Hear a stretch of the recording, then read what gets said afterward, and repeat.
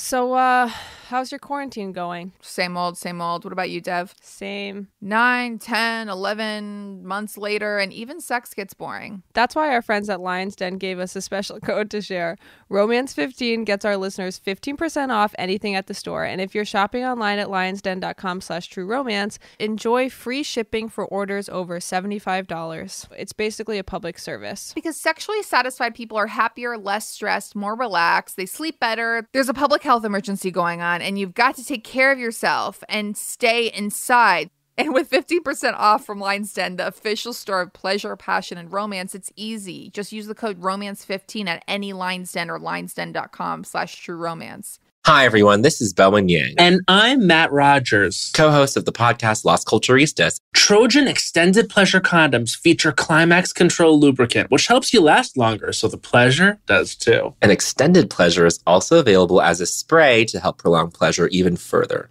Can I spray it at a Beyonce show to make it last forever? Sure you can. So before the year ends, get yourself some Extended Pleasure condoms and Extended Pleasure delay spray from Trojan. Triple tested and trusted for over 100 years. Trojan, feel your best. Get yours on. Look through your children's eyes, and you will discover the true magic of a forest.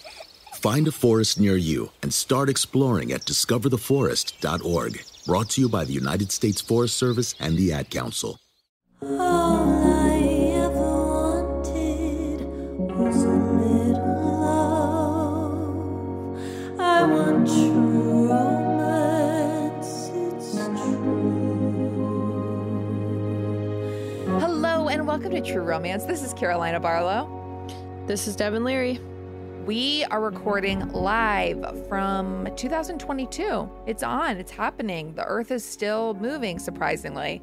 Surprisingly, we're here. Surprisingly, I still look like shit. Maybe unsurprisingly. No, I really look like dog shit today. I also am wearing a nightgown where whatever my version of cleavage is showing, which is just my bare little boy chest. And I say that with love. Devin, instead of talking about resolutions, what were you grateful for in 2021? Well, I actually can't count on even both hands how many times I saw a Bravo celebrity on Instagram post over the past few days. 2021 will always be the best year of my life because it brought me my baby. Every Vanderpump Rules cast member, 2021 will always be the best year of my life because it brought me my baby. 2021 will always be the best year of my life because, and it's like, first of all, that baby's going to have a lot of other life accomplishments. I mean, is it really the best moment of that baby's life, or is it going to be when you get to watch them, I don't know, Start their own franchise. Launch their jean line. Launch their shoe line. But I am grateful for TikTok. I really was one of those people who was like, TikTok, I just can't get into it. It's not for me. Like, for me, I don't get it. And then I worked on my algorithm. I took the time. I got my algorithm exactly where I wanted it to be, which is dogs, babies, reality show moments from the years past, historic pop culture moments such as dance sequences from Camp Rock, dance sequences where Hilary Duff looks awkward, people making fun of Christy Carlson Romano. Like, I finally got my algorithm exactly where it needs to be. And I'm really grateful for that because it brings me joy. I know that Carolina is so averse to TikTok that when I send her a TikTok, she completely stops communicating with me. She ghosts me every time I send her a TikTok because I assume she's so afraid to open it that she just can't say anything until we start our next conversation. That's actually very much the case. And I'll say that TikTok feels chaotic to me. The videos are fast paced, loud, not to sound high maintenance, but I'm auditory sensitive. So when I hear even like a loud clapping sound, I mute my computer and just wait for it to end. So sometimes, yes, I skip it over. I say I will watch this at a later date when I'm texting Devin for a favor or two. And then I do watch the video and say, okay, that was actually really funny. I have 5 words for the public that's listening to this and anyone who might have heard what Carolina just said and think TikTok is not for them. I will say 5 words, TikTok is not Dunkirk. Based on what Carolina just said, you might think that it's like a very loud, cacophonous experience. It's really not. It's actually quite gentle and soothing. That's true. A lot of people have said that it's gentle, it's soothing, and helps them calm down. That is not my experience with it. And I want to say, you experienced Dunkirk. I do. It is my Dunkirk. I send you a video that's like literally a dog talking and she sees Dunkirk. What are you grateful for, Carolina? I'm grateful for, as usual, my dogs who keep me filled with a level of joy that I never thought possible.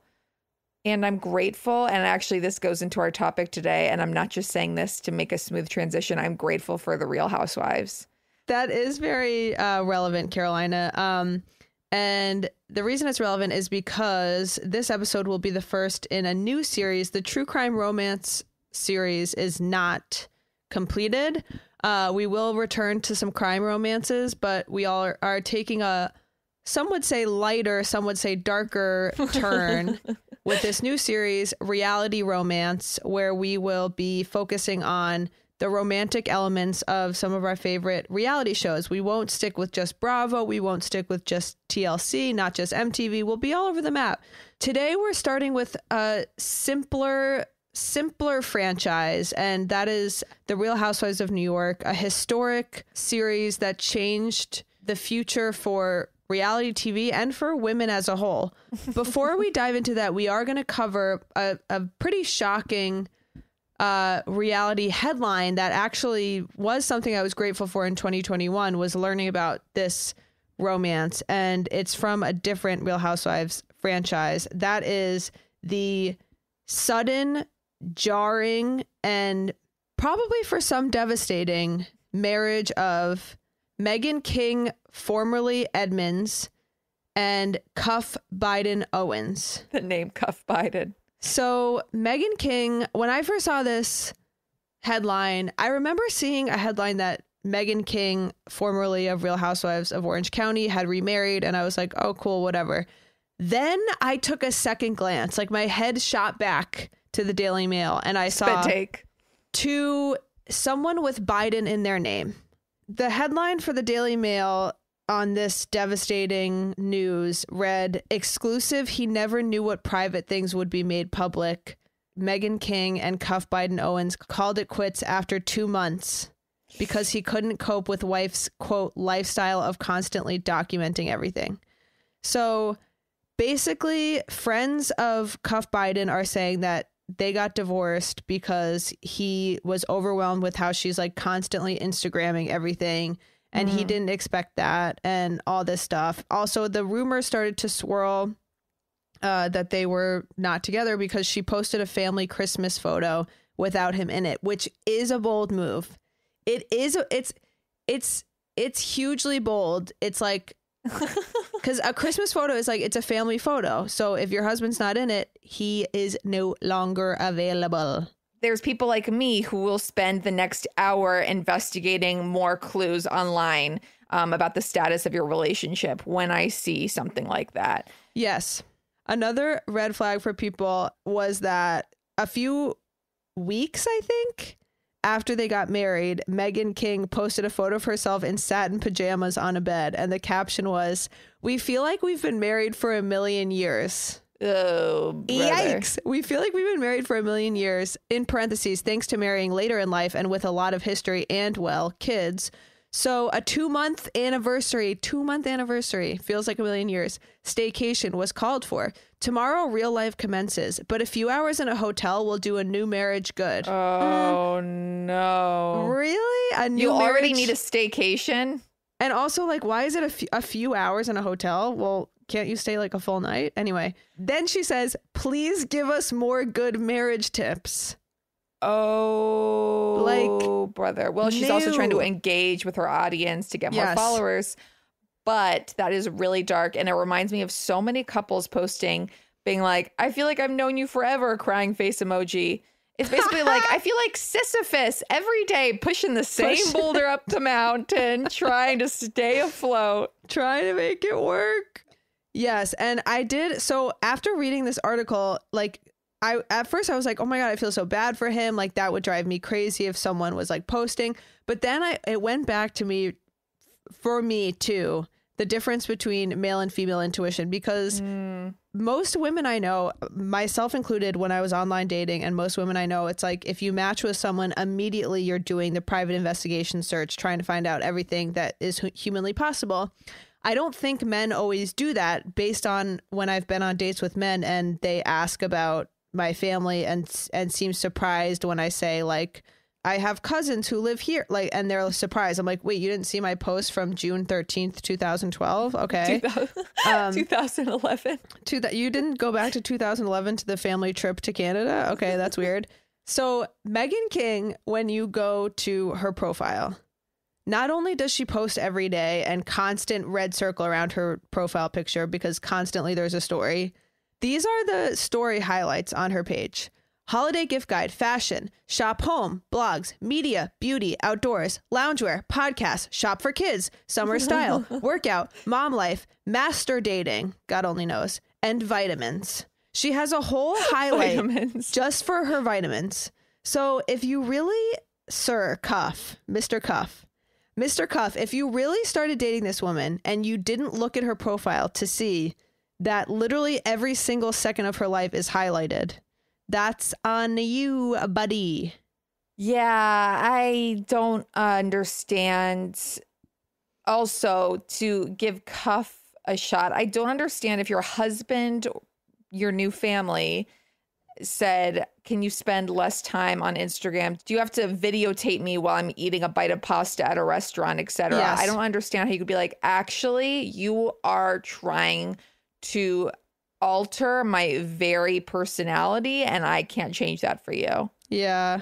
But social media has become like an arm for people like that, I think.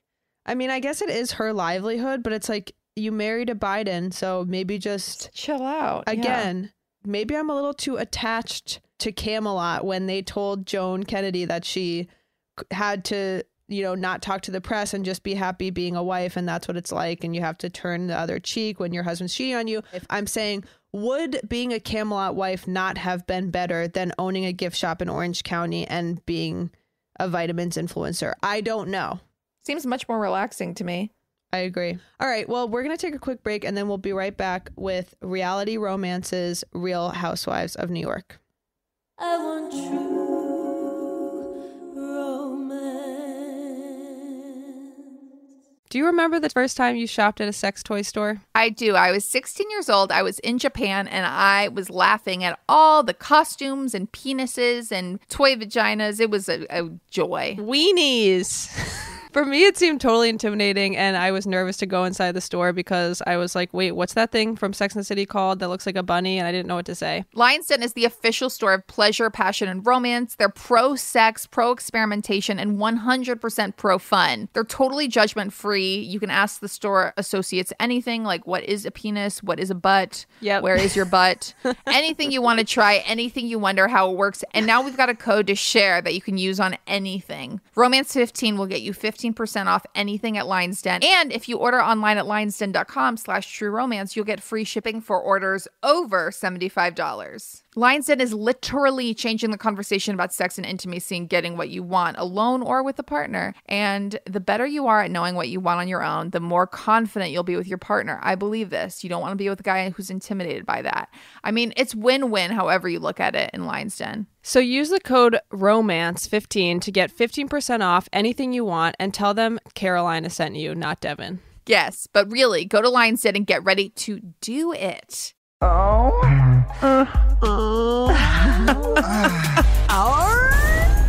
Hey guys, it's Anders, Blake, and Adam from TV's Workaholics and the podcast This Is Important and the Pleasure Is Ours. We'd like to invite you to treat your friends and loved ones right by gifting them something from Trojan, America's #1 condom brand. Trojan Bearskin Raw is America's thinnest latex condom, which helps you enjoy a more natural experience to feel it all. Yeah, the older I get, the less feeling I have in my penis, and I just need the thinnest condom possible.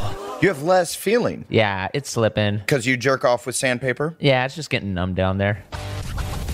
So hook everyone you know up with some Trojan bearskin raw condoms, triple tested and trusted for over 100 years. Release the bear.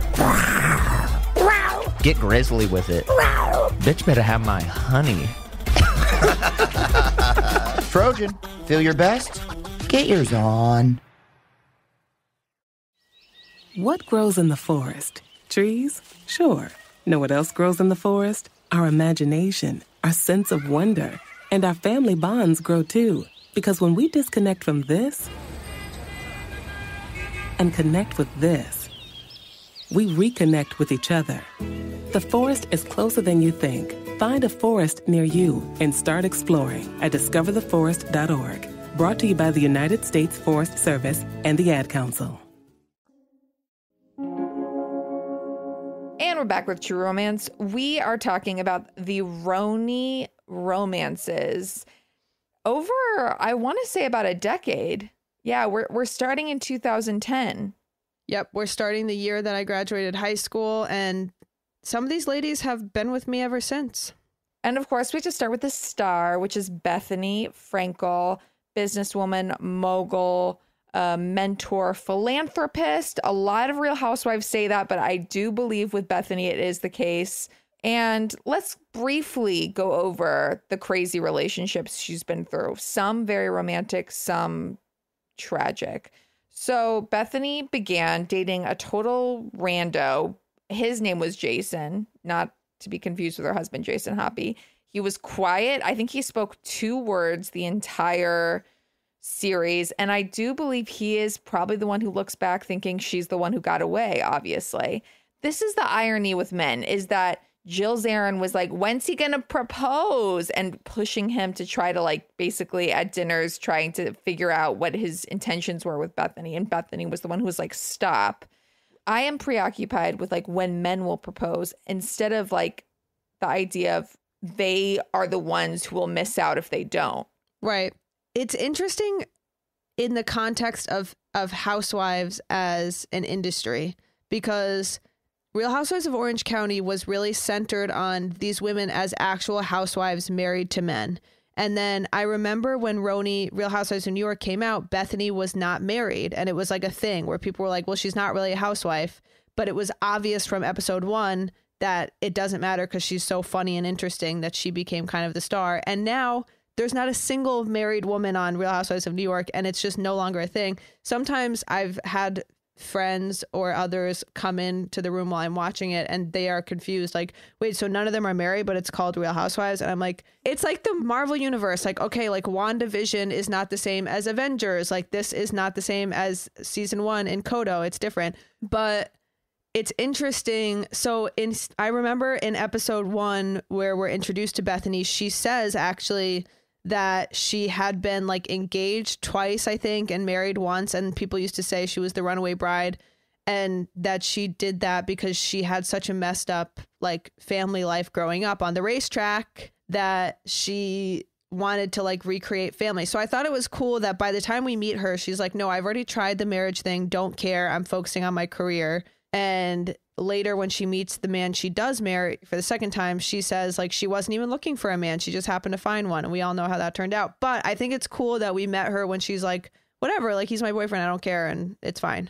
Yes, she eventually marries Jason Hoppy, has her Bethany Ever After series. Jason Hoppy is darkness to me. He is pure darkness. He works for Big Pharma at times as a medical salesperson. He just makes my skin crawl a little bit. And this reminds me of something our friend Hannah used to say, which was that we all sometimes date as if we're checking off boxes and we disregard our intuition. So I understood the choice of Jason Hoppy when I first met him. Handsome, fit, nice to her, had a job, lived in New York, wanted to get married and have a baby. But, and she talks about this in retrospect, she was like, there were things I felt before I got married that I disregarded. Yeah, I totally agree. He is like the cardboard cutout of like a guy you meet, especially on the Upper East Side of New York. And I don't know. I also remember the intro to him was like when she did the naked photo shoot and he's like, don't send nudes to my work email, hun. And she's like, I'm like Lucille Ball, and he just can't believe like how silly and funny I am and all the things I get into. And it's like, actually, I think he just doesn't get you, and that therefore he doesn't deserve you. And then, of course, they have a 9-year divorce, which I can't imagine. I was actually just listening to her podcast and she was talking about it. And she basically said, I'm finally talking about this. And I haven't talked about it because I've been in it basically, but women need to know how to go through this. And this is she didn't sign her prenup. And she says that was a huge mistake because, as she put it, which I thought was really interesting, she was like, I thought prenups were embarrassing. And she was like, and it's awkward. It's uncomfortable. You don't want to talk about prenups. You're about to get married. You're like, this is going to be forever. And that became like a decade-long nightmare. And she said, when I think about how much of my life was spent getting a divorce, I start to cry.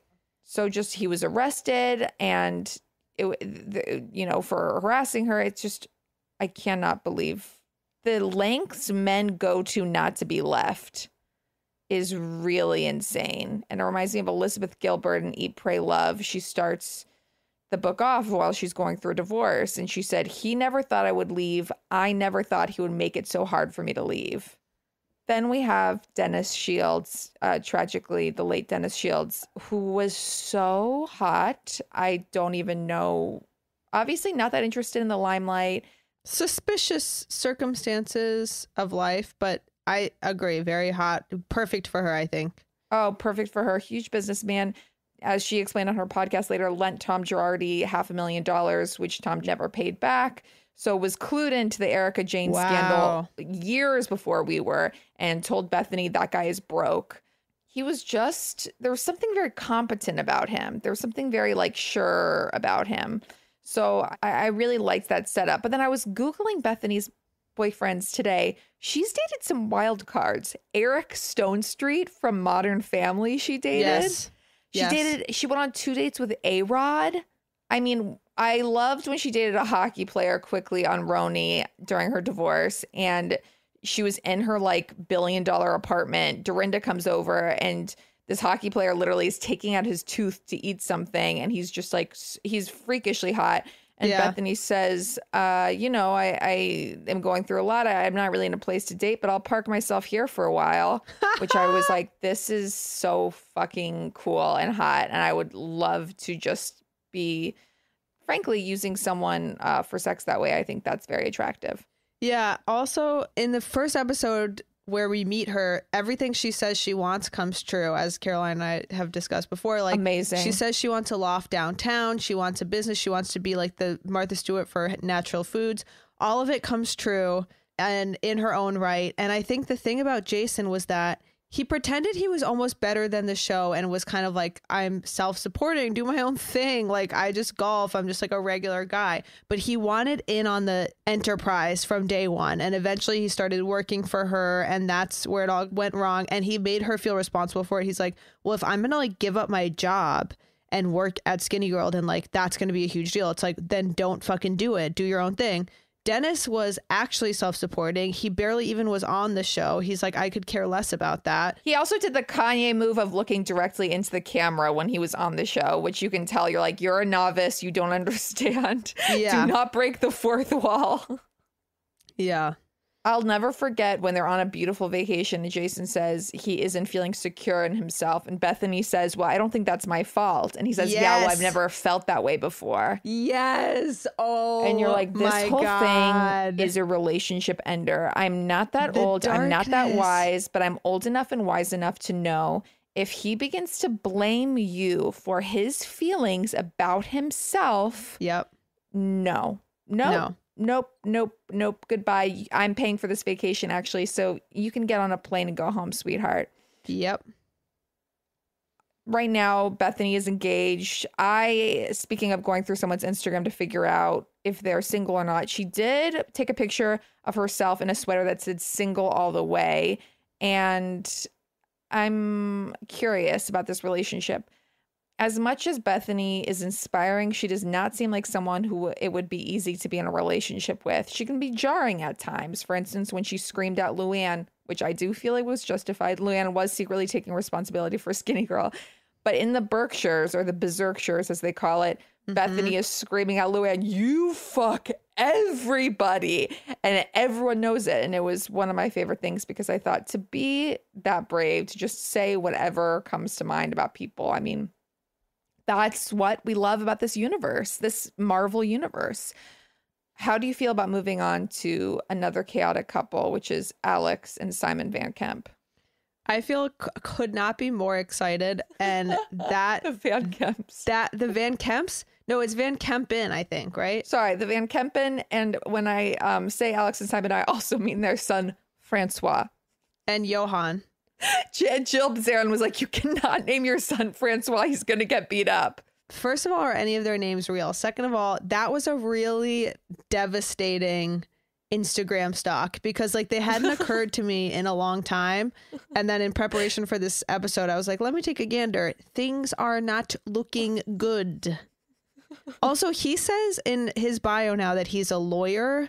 And she says in her bio that she's a psychologist. Not how we were introduced. We were introduced to them as the manager of a, in their words, boutique hotel, except it's actually like something no one's ever heard of and it's a shithole. And she introduced herself as a visual merchandiser, which I figure she must be the breadwinner because definitely Hotel Chandler was not bringing in the bills, but I don't know what visual merchandiser is.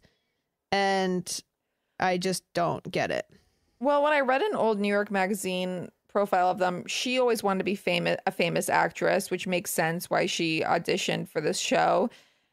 They are so pretentious. It's incredible. And as Bethany put it once, they would attend an envelope opening. They are so obsessed with going to every... Wait, I'm sorry to tell you. Kelly Ben-Simone is the one who said that. Shockingly. No, Kelly Ben-Simone repeated it. Wait, really? Yeah, yes. In a classic Kelly Ben-Simone fashion, Bethany said it first. Season 1 or 2, Kelly Ben-Simone repeated it because she's obsessed with Bethany. Alex and Simon are obsessed with fame and fashion and just putting up a front. And I thought it was really offensive when the girls are like, their Brooklyn apartment is disgusting. It was a townhouse. Yeah, it was a townhouse in Brooklyn, and it was all because they were playing like they were the Rockefellers. And then when you go to their Brooklyn townhouse, you're like, oh, you're a suburban family in Brooklyn. Well, it's interesting because their house was actually like my dream home, like a townhome in Brooklyn, $1 million townhouse. And before they redecorated it, it was really nice. Like it just had like really like muted decor. But then they redecorated it in this insane way. Red and black were the colors they used. Yes. Like what?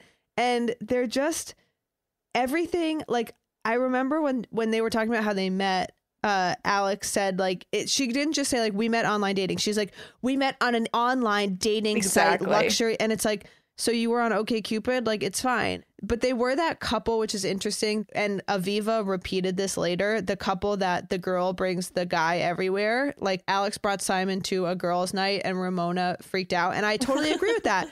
I think it's weird when women can't be away from the men that they're with. Like, because I'm just not like that at all. Like I want girls' night every night of the week besides one night a week that I could hang out with my significant other, basically. Like I don't need my boyfriend to come to dinner with my friends. Like that would be weird to me.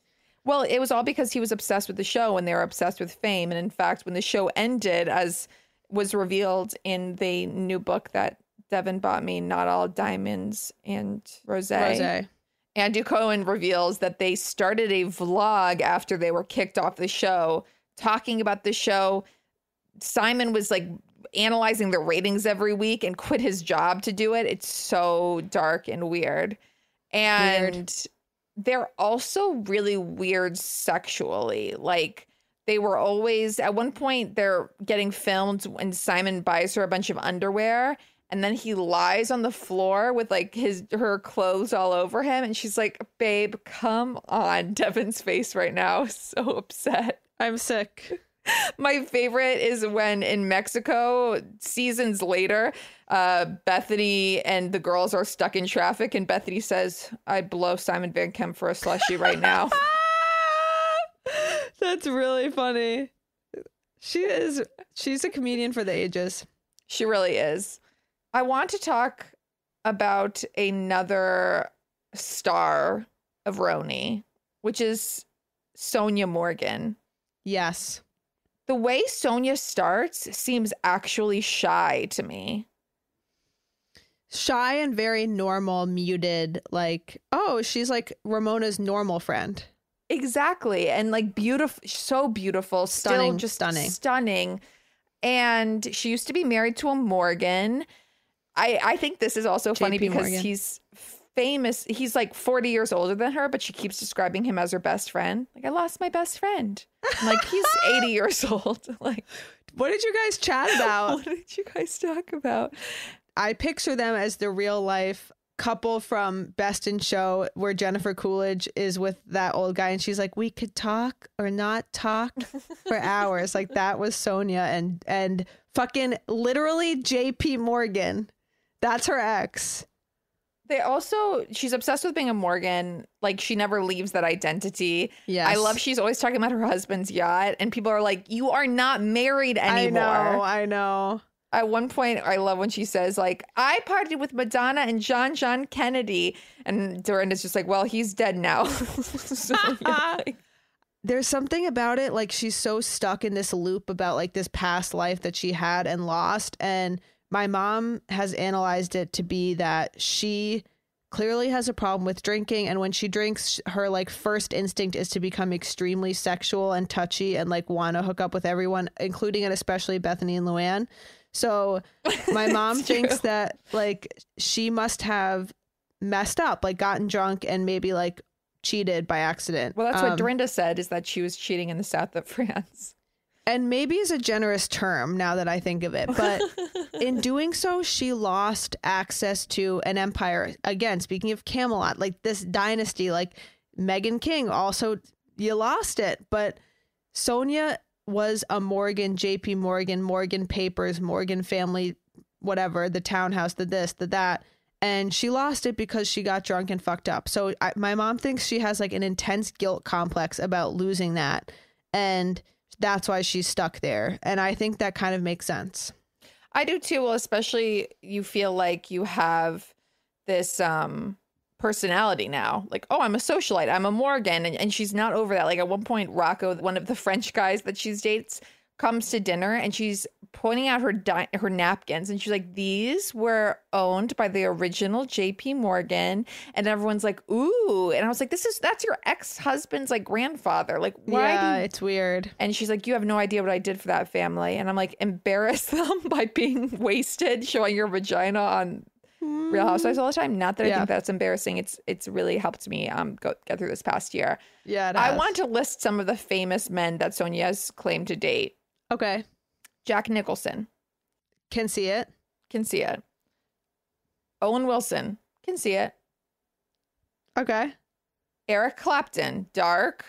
Sad. And this is because her and Aviva Drescher are getting a pedicure, and Drescher has a bag, and Morgan says, I know that bag. Eric Clapton used to bring it to lunch. Then we'd go play pool. It's like, okay, smooth name drop.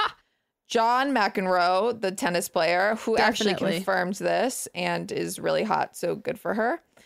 Prince Albert of Monaco. Yeah, I can see it. Okay. I got him confused with Prince Andrew for a second, and I was like, no.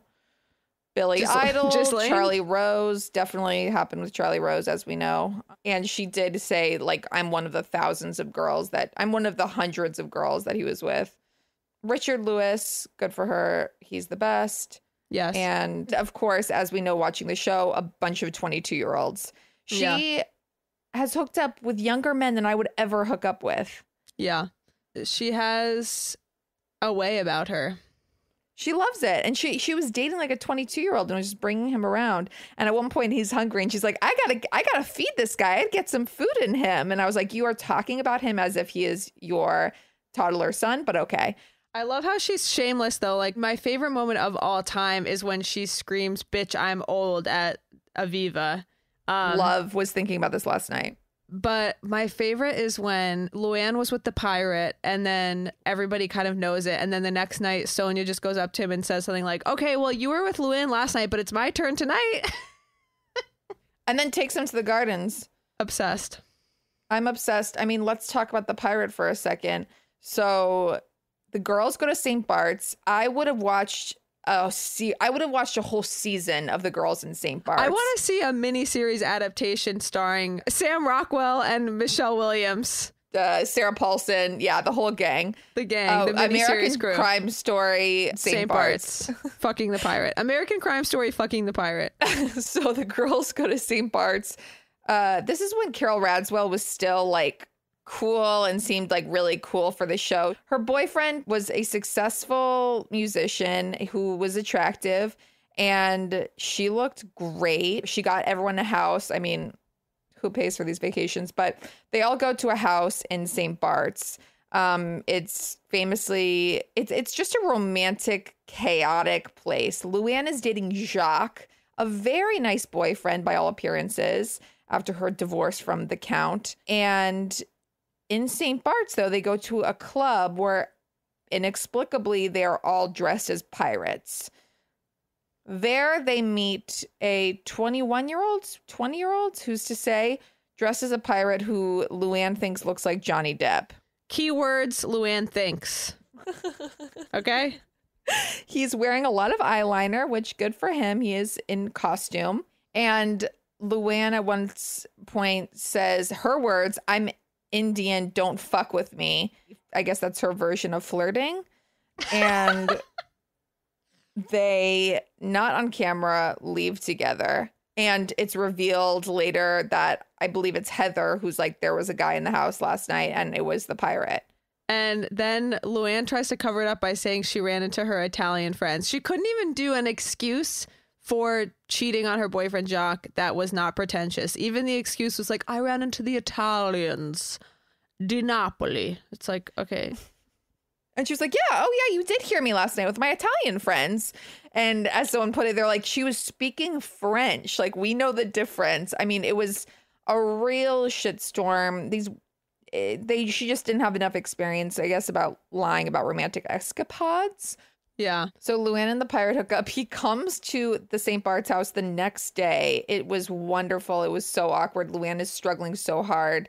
Luann, not understanding that like translators exist in this world, she's not the only bilingual person, calls her friend, says in French, and the cameras catch her being like, the pirate cannot say, she keeps on calling him like the guy who looks like Johnny Depp. He cannot say that he was here last night. And Ramona, in classic bad witch fashion, is like, I know you were here last night. Okay. Well, I will just say that anytime subtitles come out in a Real Housewives show, it's truly a golden historic moment. It's like Leanne in Real Housewives of Dallas, the subtitles come up and she's talking about someone getting their dick sucked at the roundup. That was like one of those moments where you're like, oh, a subtitle conversation, she's on the phone. You're going to have to pay full attention. You're going to have to put your nail polish down that you've been painting your toes with while you watch this joyfully. You're going to have to set aside your French fries and just pay full attention. Sonia hooks up with him the next night. And this is a trend in the Real Housewives, is that they share a lot of sexual partners, intentionally or unintentionally. What I love about Sonia is that she does not give a fuck. So for instance, when Kelly Ben-Simone dates a 22, 24-year-old model named Max, Sonia's like, oh yeah, I hooked up with Max. I hooked up with him on his first day in New York. And Kelly Ben-Simone looks mortified. But Sonia's like, why is Kelly not saying that she hooked up with Max? It's so weird. She just doesn't care. And this happens with Luann's second husband, Tom D'Agostino, which Tom D'Agostino is famously the one who cheats on Luann. Bethany gets pictures of it. Bethany tearfully tells Luann the weekend of her bridal shower or engagement party that, you know, she's being cheated on. Luann falls apart. It's all dark because Luann just wants to get married, as we all know. And Sonia, during this time, when Luann tells her, like, I'm getting married. I met someone. My psychic told me I was going to meet my soulmate, and I did. And we're totally getting married and moving in together. And Sonia, in her one-on-one, is like, Tom? I was with Tom like a few months ago. Like, Tom is just someone you hook up with, I guess. He's so unattractive to me. And not because of his looks, just his personality really comes through. The vibe. Yeah, the vibe. Yeah, I mean, it is sad. Like, I don't think that Luann, I'm going to come across like such an anti-feminist in this episode because I'm like talking about how these women were happier when they were part of like just being a housewife in a dynasty. But in season 1, Luann, one of the first things she says is that she's a countess. She's married to this obsessed count whose family gave the Statue of Liberty to America. And she's like, yeah, pretty outstanding stuff. So yeah, and it's like now she's with fucking Tom D'Agostino, and you know, she lived in this giant luxurious house, and now she's like in a small condo apartment. I mean, not small for me, but for her.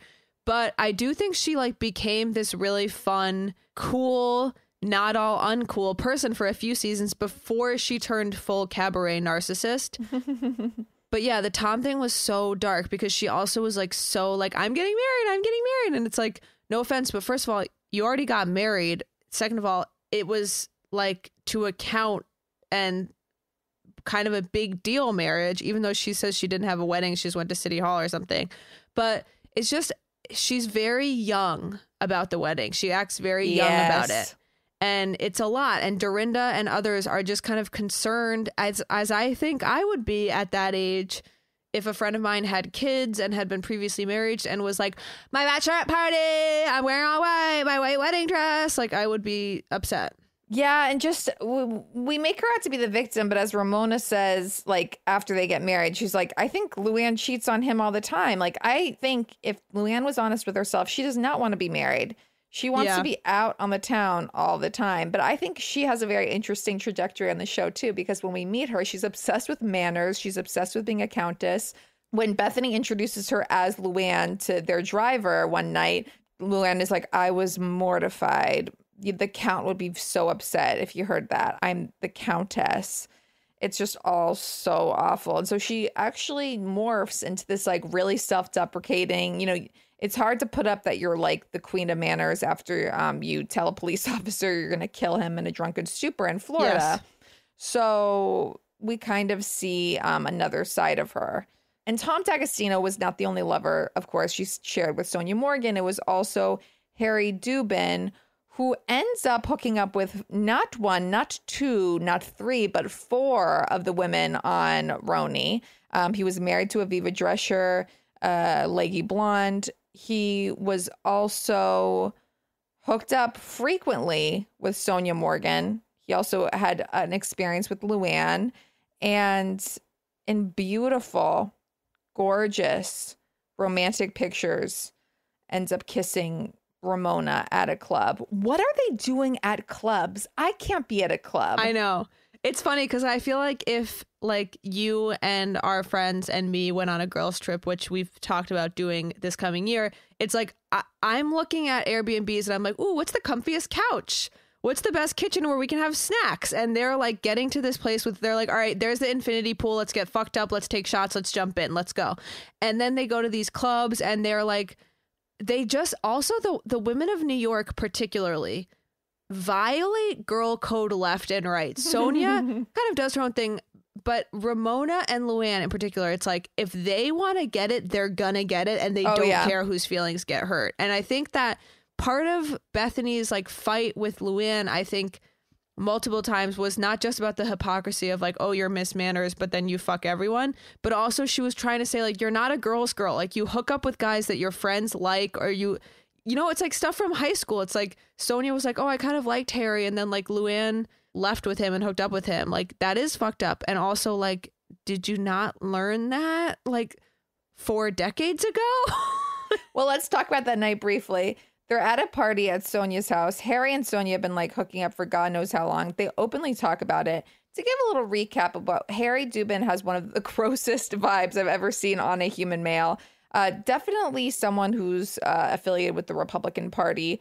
always beet red from, I want to say, alcoholism. Yes. Slicked back hair, very much like a Don Jr., almost like an aged Don Jr., I would say. Has a creepy voice, is always like saying some sexually suggestive thing.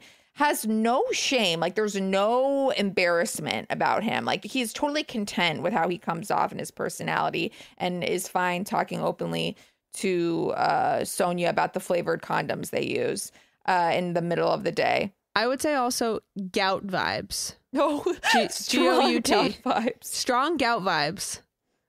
Go on. So he, at a party at Sonia's house, gives her this huge ring. It looks like costume jewelry. It's like this clownish ring, and says, this isn't an engagement ring, but it's a promise.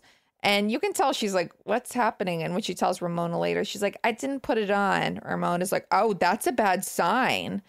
Then Luann has just broken up with Jacques, or he's broken up with her, who knows, and announces it to the girls. And we hear on the mic, as Devin says, subtitles are a huge sign of, something scandalous is about to happen, says to Harry, like, let's get out of here, basically. So cut to the next day. Sonia is laid up in bed with an ankle injury, saying that she chased a cab that Luann and Harry were in the night before. And as Ramona, who is obsessed, quote unquote, with female empowerment and constantly is asking if you're supporting other women, is like, she's not a girl's girl. She's not a girl's girl. And and the few times I will agree with Ramona, Luann is not a girl's girl. Very few times. And Ramona isn't either, by the way. I mean, when after Luann and him are divorced, Ramona hits Tom up to try to go on his yacht for a New Year's party in Florida. Like, she just doesn't give a fuck. And she's like, I'm sorry. What? I'm sorry. Well, my friend wanted to go. What? Yeah. But yes, Harry Dubin, they share. I'm just surprised that so many women slept with him, like, willingly. I'm not surprised. He's the guy who waits around to the end of the night. He's the guy at the parties in high school and college that just waits around till the end of the night till a girl is drunk enough. Yeah. And you're like, that guy's just waiting till someone's really drunk. And I hope that no one gets that way. And I hope he's not still there. And all his friends leave. And he just knows. I mean, it's dark. It's really dark. It is.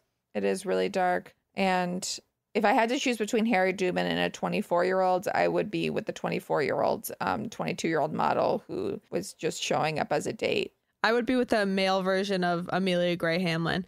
But also, I will say, it says something about Aviva that she was married to him. And Aviva is, I think, the sickest, most narcissistic, evil housewives villain of the New York franchise. And there's a lot of competition. And I cannot stand her. Her husband, Reed, I think is actually, like, it seems like, if anything, his flaw is like he's too nice, but he has to go everywhere. Suspiciously normal. She makes him go everywhere with her because she has phobias, she says, about everything. So he has to come with her everywhere she goes, and she brings him on a girls' trip and then gets mad that people didn't, quote, roll out a red carpet for him. I expected a sign that said, congratulations, Aviva, you did it. That's Carolina showing up to my birthday party. I'm like, really? Really? I expected a sign. To be honest, I expected a party. Congratulations, Carolina, you got on a plane. You did it. You did it. So now you know what I expect. I want true romance. Look through your children's eyes to see the true magic of a forest. It's a storybook world for them. You look and see a tree. They see the wrinkled face of a wizard with arms outstretched to the sky. They see treasure in pebbles. They see a windy path that could lead to adventure. And they see you, their fearless guide through this fascinating world. Find a forest near you and start exploring at discovertheforest.org. Brought to you by the United States Forest Service and the Ad Council. Adoption of teens from foster care is a topic not enough people know about, and we're here to change that. I'm April Dinwiddie, host of the new podcast, Navigating Adoption, presented by Adopt US Kids. Each episode brings you compelling real-life adoption stories told by the families that live them with commentary from experts. Visit adoptuskids.org/podcast or subscribe to Navigating Adoption presented by Adopt US Kids. Brought to you by the U.S. Department of Health and Human Services Administration for Children and Families and the Ad Council. Let's move on to to one of the primary New York queens, Ramona. Can't have New York with her. Can we have New York without her? I don't know. She might be. There's a lot of talk right now that Ramona might not be in the next season of Real Housewives of New York because of her Trump support and her COVID spreading and her anti-Semitism, her racism. Listen, they're all good reasons why she might not show up. As Bethany said when she was talking about Carol and Ramona saying that she set up Tom D'Agostino. You're talking about the girl who was fired and the girl who's about to be fired? Ooh. She has a way with words. She does. She has a way with words. Ramona begins married to Mario. Without knowing him, he's attractive. Yes. Without him speaking, he's attractive. Without finding out that his job is selling, quote, religious articles, he's attractive. And the mystery of how they get their money is just not solvable. I to this day do not know how they had a mansion in the Hamptons and a penthouse on the Upper East Side. But this is the way of things. And she's obsessed with her marriage. She's obsessed with how good looking he is. And then the girls go to Morocco and meet with a psychic.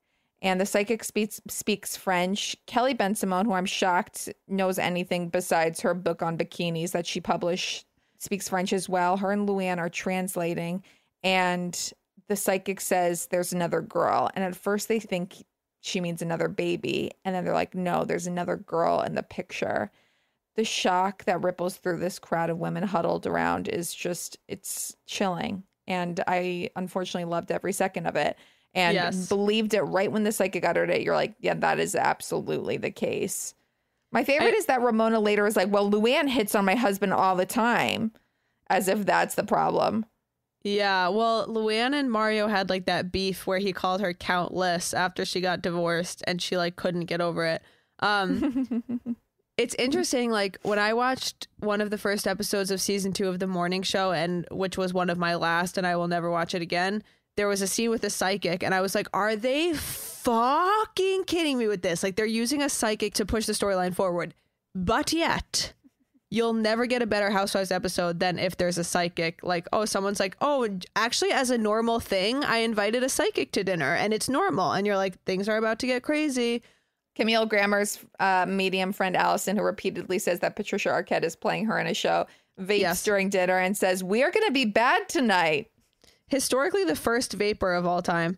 Yeah, it's really dark. It's also dark for Ramona to be like a 45-year-old saying like, oh, so I'm going to have another baby girl. Yikes. No. Also, the darkness of the fact that we later find out the cheating was discovered by, she went into her own apartment and Mario was sleeping with another girl in her bed. Now, and then she pretended that she had lost her contacts and that's why she was there, because it's rough. So her and Mario now seem to have like such a strong co-parenting relationship that people suspect, I don't know, maybe they are still together, maybe they will end up back together, but she says no. She seems to love single life. As Bethany put it, getting Ramona laid is like Saving Private Ryan. Ramona shows up to places and she's like, there's no cute guys here. There's no hot guys here. She's like me when I was literally 17. I know. I'm like, how do you have that energy? God, I used to scour guys like in my early 20s in New York. And as Devin and I would get ready to go to a party where literally 3 people were there, like playing video games, we would get ready as if we were going to meet, quote unquote, party. Yeah, exactly. We would get ready as if we were going to meet our future husbands. Like, how do you think I look good? Okay. Too much makeup? No. And we'd show up somewhere and there'd be like 3 girls and a guy that one of them was like already hooking up with. One time I made a stop at Duane Reade so I could buy like a CoverGirl compact to like slap like 2 shades too dark bronzer on my face, because I was like, I will not be seen like this. So that's the energy that Ramona is bringing into her 60s. And it's impressive if I'm going to be completely honest. It is.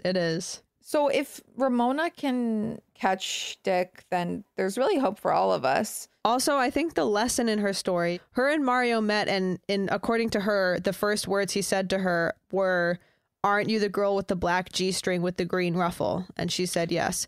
So if a guy comes up to you and immediately, before even knowing your name, comments on your underwear, I think that's a red flag. Well, this was also, must have been in the years where G-strings were the kinkiest, sexiest thing a girl could ever wear. As in a clip song, one of the rappers says, "I've got a girl whispering in my ear that she got a thong on." And I was like, if I whispered in the ear in 2022, "I've got a thong on," a guy would be like, "Good for you. Congratulations."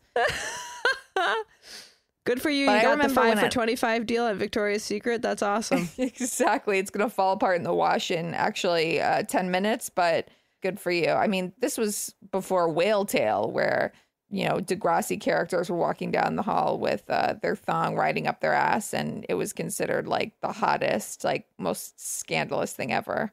Hashtag Manny Santos, my have you grown? I did that all the time in 7th grade. Oh my gosh. But then one of my more humiliating moments in my life was when Russell and Nathan in 7th grade said they wanted to talk to me. And I said, "What's up?" And they said, "One time you yawned and we saw the top of your pubes."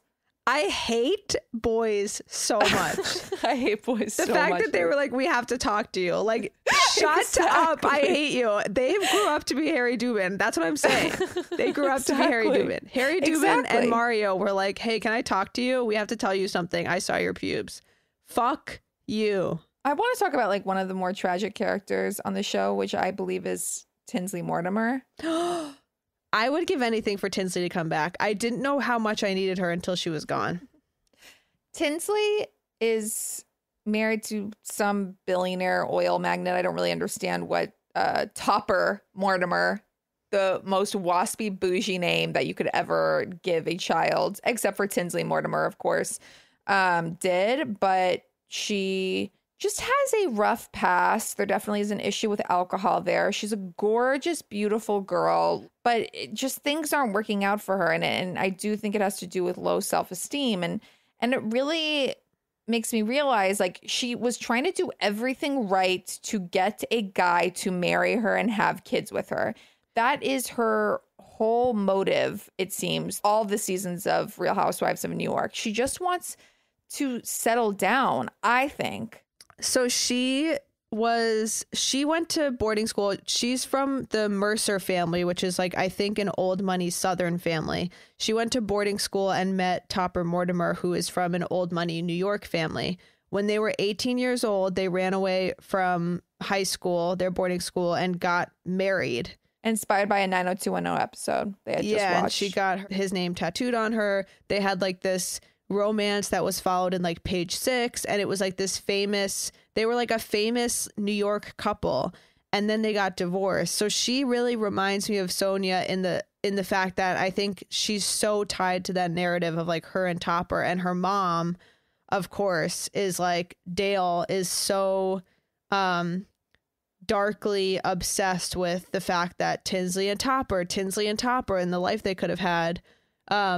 So it's just sad. And I remember when it was announced she was going to be on the show, we all were like, "Oh, fuck yeah." Because then she had been arrested for like stalking, I think, of another ex-boyfriend. Trespassing at her ex-boyfriend's house. Yeah, we were just like, we can't fucking wait. And it almost was like a disappointment. I remember that like her storyline was like, "I just want to get married and have kids." I was like, wait, I want to know about like the you that tried to like break into your ex's house. Like, that's what I'm looking for. But she did end up delivering in other ways. Yeah, she just has an air of chaos and sadness about her, even though she has everything that you think you want. She just does not have self-esteem, it seems. And her first season on the show, she does the classic mistake of not really appreciating that cameras are on her. So she makes out with a 21-year-old at a bowling alley while he's mid-eating French fries, and just seems like this very sultry like vibe, but it's kind of uncomfortable to watch. Openly talks about having anal with her first husband. And then Carol Radswell makes the tragic decision to set her up with Scott Kluth, who made a website where he sells coupon codes. Tinsley inexplicably because every random average guy has a amazing girl who's dying to marry him, is like obsessed with Scott. He shows up to her apartment once as a surprise and she falls to the floor like as if she's going to faint. And she's, by the way, obviously ready to see him. She's wearing a ball gown dress in the middle of the day. Like perfect makeup. And she's like, oh my God. Which is sort of like when a guy buys you chocolates and you're like, wow, he is the one. He has really showed up for me today. She also like would send him photos of her trying on wedding dresses, like just like so that was to the extreme. I love Dale, her mom's energy. Her mom has like this crazy Southern drawl. Is she a good person? We do not know. No, you know, but she would show up and being like, she made her daughter freeze her eggs, which I think is a good idea for anyone who can afford to do that. I would love to be able to afford to do that someday, because then that means you can really relax and kick back. But Dale comes to visit and says, I thought that we could go try on wedding dresses today. And Tinsley, instead of being like, that's actually fucking insane, is like, I hope you'd say that. And they go try on wedding dresses. Cameras are filming them. I could not, like, there's nothing more humiliating to me. I mean, do I look at wedding dresses online? All the time. Love wedding culture. As you know, I do have a podcast about romantic storylines. This is totally understandable to be obsessed with that. Do you openly try on wedding dresses when you're dating someone who has clear attachment issues? With your mother, Dale? No. And princess wedding gowns. Yeah, and like they ended up, when they're trying on the dresses, they ended up like looking at photos of her frozen embryos and crying. And it was an iconic moment. And the thing is that Tinsley really came into her own, I think, the moment before she left the show. She ends up leaving the show because Scott finally proposes to her on the condition that she leaves the show. She moves to Chicago. So he has to admit, this is what makes me so mad about him. I'm like, for Tinsley fucking Mortimer to leave New York and move to Chicago to be Mrs. Coupon King, to be Mrs. Coupon King with her strawberry and shortcake poodles. He didn't respect that, and that drives me crazy because he ended up breaking up with her. But right before she left the show, she was coming into her own with Leah McSweeney as her best friend. And Leah brought this cool factor to her where Leah was like, Tinsley just is herself and like doesn't give a fuck with what anyone thinks, and that's what I love about her, and she's really fun. And suddenly you were like, oh my God, yeah, she is who she is, and she doesn't care what anyone thinks. I do love that about her. And she is kind of like quiet and passive, and that's cool, whatever. Like, she's like the high school girl, and love it. And they kind of had like this dynamic that was great. And then she left the show because she was going to go get married and be Mrs. Coupon King. Now that's no longer happening. And I really deeply hope that she comes back to the show because we need her. I agree. And I just think that I want her to find a family. I want her to find love. I think she would be a really good mom. I'm sad that Scott wasted so much of her time. I want to do some rapid couples and just to go through quickly because I have a few things to say about each of them. Okay. Jill Zarin and Bobby. My one-word response is forever. Carol, Radswell, and Adam. Fake. Absolutely fake. Adam has boy toy energy. He was later spotted with Elle McPherson. There's something really, as Bethany later tells Carol, which completely disintegrates their friendship. I think this guy's an operator. Yep. He has very much like couch surfing energy. Yeah. And I believe, as you said, Devin, Carol acts like she's too good for the show, but she absolutely fits into the show. She's one of the women nearing her 60s who's dating a guy in his 20s. She fits in perfectly. Yeah. But she does not want to appear that way. That was how Bethany really dominated her in the arguments and in the reunion shows, is that Bethany would treat her like she was just like the rest of them. And Carol was like, no, it's supposed to be you and I who are separate and we're not like them. But Bethany would like kind of roll her eyes and be like, okay. And couldn't have been more cutting to Carol because she did. She started out as like cool girl, former Kennedy, widower, journalist, whatever. But then it became so clear how insecure she was about that it was like, all right, well, it's not cool that you were a Kennedy if you constantly bring it up. Yeah. And I mean, it's kind of painful, but Bethany does say in the most recent season 10, like, well, Carol doesn't have a lot going on. She doesn't really work. She doesn't have a husband. And that's something that Carol is like freaks out about. And during the reunion, it says like, I'll put my resume up to yours any day. I was a journalist at ABC News, all this stuff. And Bethany goes like, no, I'd like to talk about this decade, actually. Incredible. Kristen Takeman and Josh. Tragic.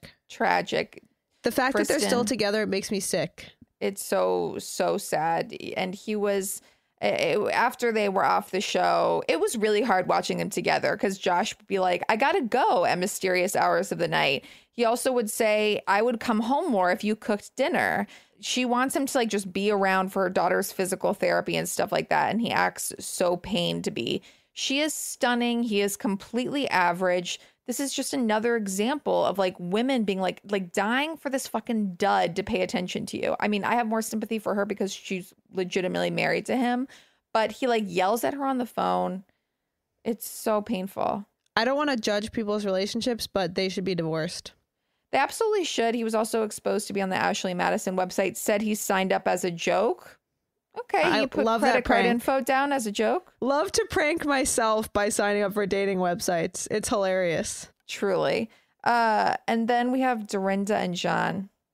I mean, tragic at first when John shows up coked out to a party. Dorinda's wasted. I mean, Dorinda and drugs and alcohol is just fascinating to me, especially at a reunion where she's like, I don't do drugs. And all of the women are like, Dorinda, let's just not talk about it. She's like, what do you mean I don't do drugs? And everyone's like, let's just shut this conversation. Like, we're not going to do a charade here. Let's just shut this down. I guess I follow some hashtag or something on Twitter where like Bravo tweets are always like the first ones that come up when I open it. And someone once posted like a screenshot of her when she looked like the Joker because she was so wasted and like her lipstick's all over her face. And someone commented on it and was like, how dare you all make fun of this person who's clearly so sick and suffering? And it's like, no, but that's the thing. She says she's not. She lives in such delusion and she goes on this show and tries to act like she doesn't have a drinking problem, like whatever. Dorinda is a sad case. I would like her to come back if she has been able to improve herself in her life at all. We definitely felt the loss of her this season. Her and John, at first I liked the idea of it where she was like, I just like was married to this most amazing man, Richard, and now I just kind of date this guy casually and I don't want to live with him. I just want to hang out with him when it's convenient for me. Was into that. Then the second he came on camera, I was like, oh. No. And then her daughter calls her a chubby chaser and it's yikes. It's a lot. And to end on a happy note, which you brought up, Devin, we have Cindy Barshop, empire of laser hair removal. And she has twins from sperm donor. I don't know if it was a sperm donor. I don't remember, but I know it was IVF and that she was just raising twins on her own. And that like her intro to the show was like, I'm proof that you don't need a husband to have it all, which I loved. And I thought she was cool, but she was unfortunately too normal for the show and was like, actually, never mind. Bye. And what recently I loved was that one of her childs came out as trans and she was super open about it. Mario Lopez said some insensitive comments about it or just ignorant comments about it. Ew, fuck him. Yeah. I mean, yeah. And she basically said like, no, I'm glad he said something because it's a chance for me to talk about, there's so many misconceptions about this. And she said like nothing has changed. And, and she said trans children, they know their identity. Yep. And I just thought that it was really inspiring that, she was so open about it, especially because her child had given her permission. And I think it's really inspiring, Gabrielle Union and Dwayne Wade's daughter coming out as trans. Like, people have so many misconceptions, and to have your family behind you in any decision is so important. I can't imagine as big of a decision as that. But to suddenly make a huge detour into a serious issue, I think it's really beautiful when families embrace their children for exactly as they are. And as Glennon Doyle says, don't say things like, I'll love you no matter what. That's what you say when your child's like convicted of murder. You say like, that's so great. You discovered something new about yourself. Well, I hope Charlotte and Harry from And Just Like That are listening to this podcast. Oh my God. I mean, just like that alone is a episode for another day.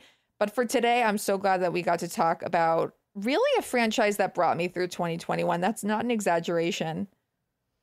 I'm glad we did too. And I just pray for Tinsley. Prayers for Tinsley and Strawberry and Shortcake. And Shortcake. I love you, Devin. We'll talk to you next week. Love you, Carol. All I ever wanted was a little love. I want true romance, it's true. True romance, it's so romantic. Love me, baby, don't leave me hanging. I want true romance.